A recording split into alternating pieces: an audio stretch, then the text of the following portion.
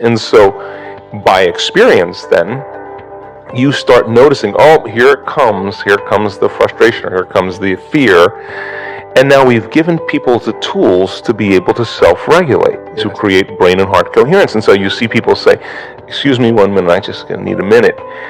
They take some breaths, they get back in, they connect to the energy of their future. This is incidental compared to where they're going. So they don't fall from grace. They don't allow their energy to drop. And so, yeah, in the beginning, it takes a lot, because it takes a lot of energy and awareness to stay conscious and not go unconscious. But if you're persistent and you're determined and you're sincere, you begin to figure it out. You begin to say, I am not going to give my power away to that person or that circumstance when I can use it to heal or to create a new future.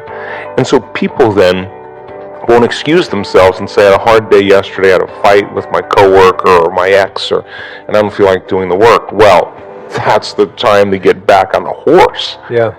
Because it's all of those times that we self-correct. Those are the most valuable moments to us. People who've had profoundly transcendental experiences where we say, got lit up, they connected, and their brain goes into very, very high coherent states and super gamma patterns that are way outside of normal, and they have a transcendental download or connection that's mystical. They look back at their entire life. They don't want to change one thing in their past because it got them to that moment. That's the moment the past no longer exists. Now, by the same means, they look back at their past and they see all those tough moments where they overcame themselves and they fall in love with that person. They don't look at the good meditations or the things that went well. They know that it was those moments that got them to this moment. And I think then that's when they begin to understand that all of the hard work, all the effort, in who we become makes, no one can take that away from us. So then once we arrive at that level and we experience whatever the dream is or whatever we create, the next thing is do it until you fully enjoy it. And then when it gets boring or predictable, let's go again. Let's do something else. Yeah. And I think that's evolution. We do so many different variations because I think people integrate information differently. And all of those cars and homes and whatever that is are symbols of what it looks like when a person actually arrives at this concept called abundance, right? So if those things help them to associate with something that creates a feeling of abundance, and they're building their vision board to help them to get clear on their intent, then that's fine, because they're associating objects or things or material things that they'll say, that's when I know that I'm abundant. That's fine. Other people will say, look, abundance just means that I have more than I need, and I'm happy with that. And for them, there's a feeling that is associated with that. And when they begin to dream about their future, they may see themselves in a scene or see themselves a certain way. I don't care what it takes for the person to get there, because once they have their abundance, and this happens quite a bit in our work, when you finally have everything you want, there's only one thing you're going to ask yourself: how am I going to contribute to the world? How am I going to make a difference? So we use different tools to help people to get to that point. But if the person's doing the vision board and they're saying, when I get my new car, I get my new house, I get my new relationship, then I'm going to feel so great. Well, then they're back to the program, waiting for it to happen, for them to feel the emotion. They're believing their outer world has to change in order for them to feel better. There's no effect of drawing the experience to you with that way. So the person has to use those tools to get them into the emotional state for them to feel like it's already happened. Now think about this. If you get up from a creative process and you feel grateful, you feel a love for life, you feel a joy for existence, you feel a passion for the moment, you will not be looking for your future because you'll feel like it's already happened. It's the moment that we start feeling those self-limiting emotions, that we feel separation, and then we start looking for it again. Well, then, if you're waiting, you're not creating. You're in separation again. So then, whatever it takes for you to move into a state of being. And what is a state of being? Thoughts are the vocabulary of the brain. Feelings are the vocabulary of your body. How you think and how you feel creates your state of being. So then if you wake up in the morning and you come back to your senses with a clean slate and you say, I don't feel anything, you say, well, let me start thinking about all the problems in my life. Well, all those problems are connected to different people or different objects or things at different times and places. The moment you remember your problems, a memory is a record of the past. You're thinking in the past. Every one of those problems has an emotion associated with them. So all of a sudden you start feeling unhappy, you start feeling bitter, you start feeling frustrated. So now your body's in the past. So then most people then create a state of being that's connected to their past. And if they're in the familiar past, then they are going to crave the predictable future and they're going to fall back into routine. So then we want people then to get very clear on that vision of their future, however they do it, and begin to combine that clear intention with an elevated emotion. And the stronger the emotion they feel from the vision they're creating, the more altered they feel inside of them, the more they're going to pay attention to the pictures in their mind. And now they're remembering their future. And biologically, it's exactly the same as remembering your past. In fact, if you're not being defined by a vision in the future, it means you're making your past more real than your future. You're falling in love with your past. You're more in love with your past than you are with your future.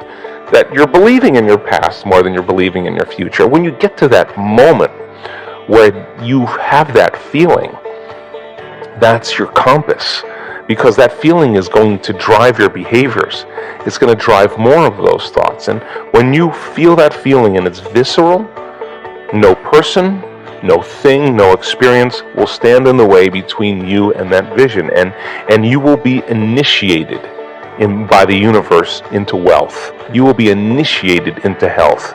You'll be initiated into freedom. Those people, all those people that have healed themselves of all those different health conditions, they are so humble and so happy, and they feel so great that they would never trade this feeling because of what you thought of them. They've left that program behind a long time ago. They actually don't care how you think of them. They actually are so happy with themselves that they're no longer dependent on anything outside of them. Now, I think that's a really important moment because that's the moment we give people permission in our lives to do the same, right? And I think that more and more people are beginning to figure that out as they do this work. And look, I mean, we're in a convenience-based society. I mean, if you lose your internet connection or your cell phone doesn't do what it's supposed to, people get angry. Like, that's 20 seconds, right? So here you are creating something out of nothing, and you don't have the patience. Well, that has to come out because a very, very masterful person who is abundant had to own impatience. So then never make it be about the end result. Make it be about effort. Every day you're overcoming. Every day you're out of the bleachers and you're on the field and you're giving it your all and you're practicing, keeping your energy up, greater than your habits in your body or the emotional conditioning of your body, greater than any circumstance in your environment, and sustaining it for an extended period of time. And all of a sudden, when you're connected to the energy of your future, and you know what that feels like, you will know the moment you return back to the energy of your past. And if you tell me it's because of your boss or your coworker or your ex, I'm going to say, you're back to the unconscious program that you're the victim of your life, right? Absolutely. So then it takes some unlearning, and the unlearning process is the most important process, because once you do that, you're clearing out room for the next creation to be easier, and the next one to be easier, because you're starting to understand the formula a little better, and you start saying, I'm not going to take that personally, or I'm not going to react, or I'm not going to go back to that person again. I'm just going to self-regulate again. You only need a few experiences to know that this is the truth, and then you start managing your attention, and you manage your energy a lot better. And I think that I always say, I don't care that you fall off the horse. I just care when you get back on, right? Because some people fall off and then they have to go into guilt and analysis, and they take weeks. And well, you could have just said, I fell off, let me just get back on and keep going here. So then what does it take to break that energetic field? An energy that's greater than the energy that's holding it together. That's how you separate atoms that become a molecule.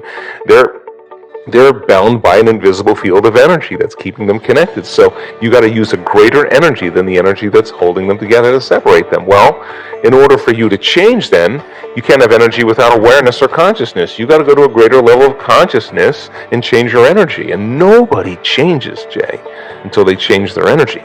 And when they change their energy, they change their life. So then you may say, well, this person, I use this person, and I use my enemy to reaffirm my addiction to hatred. I use my coworker to reaffirm my addiction to judgment. I use my ex to reaffirm my addiction to resentment. That we have these different people in our lives that we need to remind us of who we think we are. The enemy dies, and you find another one. Your coworker leaves, and you start judging another one.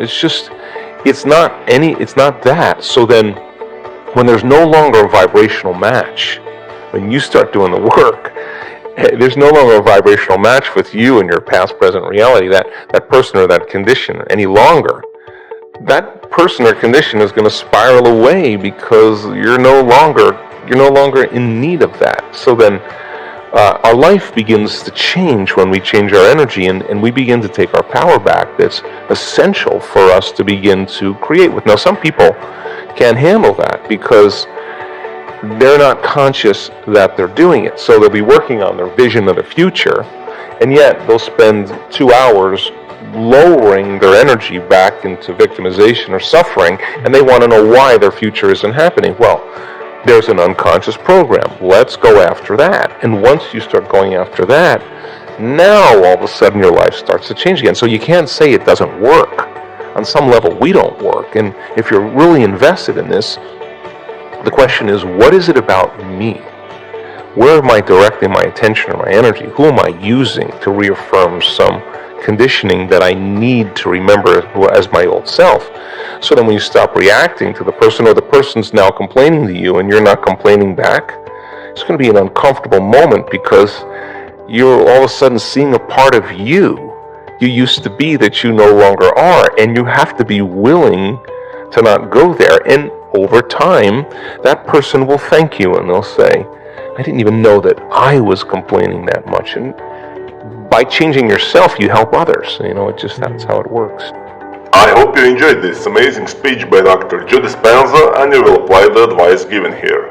You can create anything you want in your life, simply if you start trusting life. There are many gurus and teachers telling us what to do, but it's not that complicated. Everyone can do this. Leave the past behind you, focus on your desired future as it's already here, and your life will turn into a beautiful adventure. If you love Dr. Joe Dispenza and you enjoy our videos and you don't want to miss the new ones, hit that subscribe button and the bell button next to it.